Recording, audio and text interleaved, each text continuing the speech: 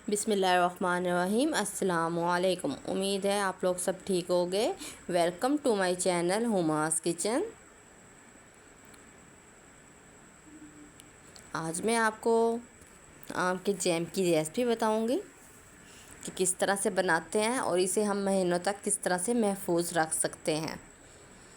अगर आप लोगों ने इसको अच्छी तरह महफूज रखना है कि ये ख़राब ना हो, तो इसमें आप जो चीज़ डालेंगे वो मैं आपको आगे ही वॉइस में बताऊंगी। वीडियो जब बनेगी तो उसमें मैं आपको बताऊंगी कि किस तरह से आप लोग इसको सेव कर सकते हैं कि हमारा जो है जैम ख़राब ना हो। रेसिपी जो है हम स्टार्ट करते हैं।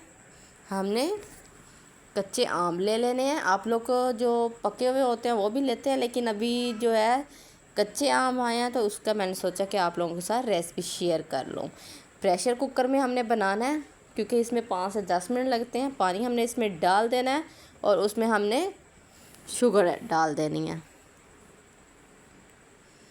शुगर डालने के बाद इसमें हमने जो सबसे अहम चीज़ है, सिर्फ़ और सिर्फ 1 कतरे के करीब सिरका, विनेगर जिसे कहते हैं, वो हमने इसमें डाल देना और इसे कवर करके रख देना है। 5 मिनट के बाद ये देखिए हमारा जो मिक्सचर जो है वो बन चुका है। अब इसे हम अच्छी तरह से छान लेंगे। छानने की मदद से हम इसे छानेंगे और इसका जितना भी है मटेरियल वो हम छान कर निकाल लेंगे।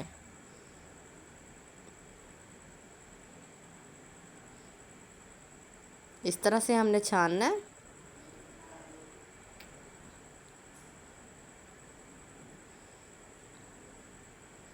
हमारे ये 5 से 10 मिनट लगे हैं और ये देखिए हमारा कितना अच्छा से निकल आया है तमाम मटेरियल।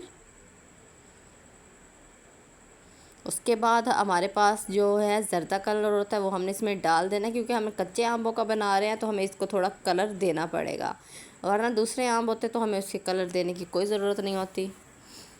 तो हमने इसमें येलो कलर का कलर ऐड कर दिया है। उसके बाद इसे हमने आंच पे रख देना है और पकाना है। हमने शुगर जो है थोड़ी डाली थी तो हमने थोड़ी सी और इसमें डाल देनी है और इसे हमने 5 से 10 मिनट तक अच्छी तरह पकाना है कि बिल्कुल ये खुश्क हो जाए और इसका गाढ़ापन इसमें आ जाए। 5 से 10 मिनट लगेंगे तो ये अच्छी तरह खुश्क हो जाएगा हमारा। उसके बाद हमने जो है शीशे के बर्तन ले लेने हैं। शीशे का कोई भी जार ले लेना है, मोस्टली घर में पड़े ही होते हैं। एक तो ये मेरा जैम वाला पड़ा था और एक ये, तो मैंने सोचा कि मैं इसी को ही इस्तेमाल कर लेती हूँ।